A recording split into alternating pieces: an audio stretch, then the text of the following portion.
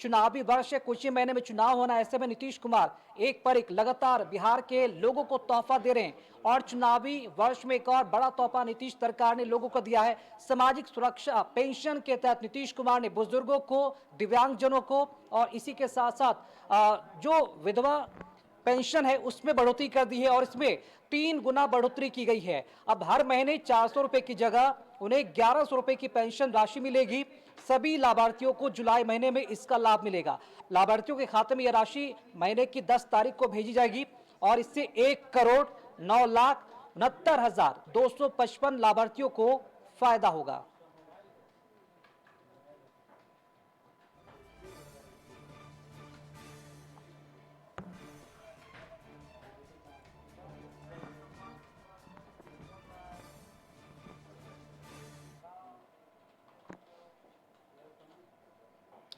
तो चुनावी वर्ष ऐसे में नीतीश सरकार के इस तोहफे को किस तरह से देखा जाए, क्योंकि एक पर एक कई तोहफे नीतीश सरकार की तरफ से दिए जा रहे हैं। इसी खबर पर अधिक बातचीत करने के लिए हमारे साथ न्यूज रूम से सहयोगी आशुतोष चंद्रा इस वक्त हमारे साथ लाइव जुड़े हुए हैं। आशुतोष जी, एक पर एक कई तोहफे, सामाजिक सुरक्षा पेंशन के तहत ये कई बड़े तोहफे बुजुर्गों के लिए, दिव्यांगजनों के लिए और उन महिलाओं के लिए जो विधवा हैं, कैसे देखा जाए इन तमाम योजनाओं को? देखिए, आपको याद होगा कि कुछ समय पहले तेजस्वी यादव ने ऐसी घोषणा की थी और ये माना जा रहा था कि ये घोषणाएं चुनावी मुद्दा बन सकती हैं और ये भी माना जा रहा था कि नीतीश कुमार किसी भी मुद्दे को चुनावी मुद्दा बनने नहीं देंगे। आपको याद होगा कि जो नौकरी रोजगार का मामला था, जिसे तेजस्वी यादव मुद्दा बनाना चाहते थे चुनाव में, नीतीश कुमार ने उसे खत्म कर दिया। 5 लाख की बात थी, अब 12 लाख नौकरी देने की बात हो रही है। उसी तरह से रोजगार नौकरी को मिला ले तो 50 लाख रोजगार नौकरी देने की बात हो रही है। तो स्वाभाविक तौर पर यह भी मुद्दा उसी में था, जो पेंशन दिया जाएगा, पेंशन की राशि जो है वो बढ़ा दी जाएगी, 1500 रुपये कर दी जाएगी। लेकिन उससे पहले नीतीश कुमार ने एक फैसला लिया और सामाजिक सुरक्षा पेंशन योजना की राशि में बढ़ोतरी कर दी। तो स्वाभाविक तौर पर ये जो फैसला है, ये कहीं ना कहीं एक बड़ा फैसला माना जाएगा। और मंत्री विजय चौधरी से हमने सवाल किया था और विजय चौधरी का भी कहना था कि लाखों लोग इसमें नीतीश कुमार को आशीर्वाद देंगे, उनके फैसले को लेकर आशीर्वाद देंगे। 1 करोड़ से ज़्यादा लोग जो है वो लाभान्वित हो रहे हैं और स्वाभाविक तौर पर जब 1 करोड़ सीधा व्यक्ति लाभान्वित होता है तो उनके परिवार को समझ लें, परिवार के जो सदस्य हैं, बाकी सदस्य हैं, उनकी स्थिति आप देख लें, तो स्वाभाविक तौर पर एक बड़ा चंक जो है वो इस फैसले से, नीतीश कुमार के फैसले से खुश होगा। लेकिन दूसरी तरफ तेजस्वी यादव ने भी सवाल खड़े किए हैं कि क्या सरकार सिर्फ उनकी योजनाओं की कॉपी कर रही है, क्या सरकार के पास कोई विजन नहीं है। लेकिन इससे कोई फर्क नहीं पड़ता है। अगर ये कहते हैं ना कि जिसने स्ट्रोक मार दिया रन उसका हो गया, तो अभी वर्तमान में सरकार नीतीश कुमार की है और मंत्री विजय चौधरी ने यह भी कहा कि बहुत जगह से फीडबैक भी मिल रहा था। नीतीश कुमार प्रगति यात्रा पर थे, उस वक्त भी फीडबैक मिला कि भाई इसमें जो पेंशन योजना में है बढ़ोतरी होनी चाहिए, क्योंकि राशि जो है बहुत कम मिल रही है। तो सरकार ने उसे अडॉप्ट किया और इसका फ़ायदा चुनाव में कितना मिल पाएगा ये देखना दिलचस्प होगा। लेकिन फिलहाल इसके जरिए सरकार ये मानती है या फिर जेडीयू ये मानती है कि ये बड़ा अचीवमेंट है, उपलब्धि है और इसका असर वोट पर भी ज़रूर पड़ेगा। जी आशुतोष जी, चूंकि चुनावी साल है, कुछ महीनों के बाद चुनाव होना है, तो ऐसे में इन मुद्दों पर चर्चा करना भी लाजमी हो जाता है। योजनाओं की बात की जाए तो नीतीश कुमार लगातार एक पर एक कई योजनाएं ला रहे हैं।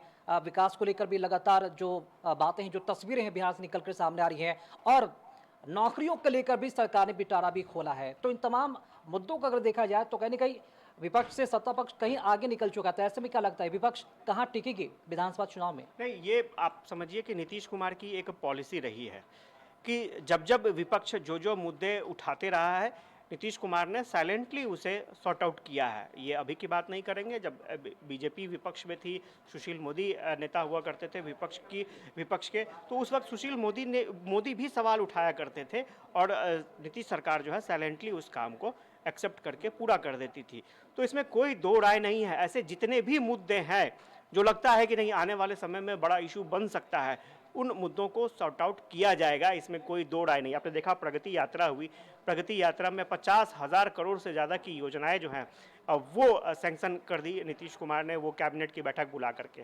तो इसमें कोई दो राय नहीं है कि सरकार उन मुद्दों को बिल्कुल ही जिंदा नहीं छोड़ना चाहती है जिसे विपक्ष चुनाव के समय मुद्दा बनाना चाहता है। ऐसे तमाम मुद्दों को टच किया जाएगा। और जहां तक अभी फिलहाल आपने सामाजिक सुरक्षा पेंशन योजना का जिक्र किया या फिर उसका मामला सामने आया है।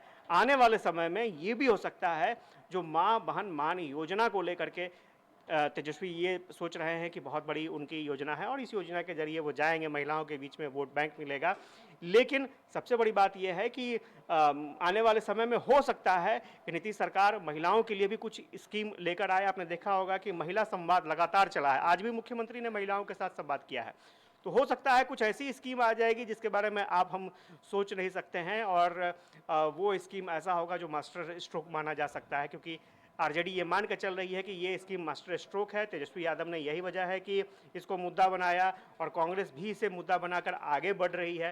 तो हो सकता है नीतीश सरकार आने वाले समय में महिलाओं के लिए भी कोई बड़ी स्कीम लेकर आए, जिस तरह से अभी जो स्कीम सामाजिक सुरक्षा पेंशन योजना के तहत आया है। जी चलिए, बहुत शुक्रिया आपका खबर पर जानकारी देने के लिए। तो सरकार योजनाओं पर योजना लागू कर रही है बिहार की आम आवाम के लिए, लेकिन विपक्ष अलग ही राग अलाप रहा है और उनका कहना है कि सरकार उनके मुद्दों को हाईजैक कर रही है। रुक रहे एक छोटे से ब्रेक के लिए, लौटेंगे कुछ और महत्वपूर्ण खबरों के साथ।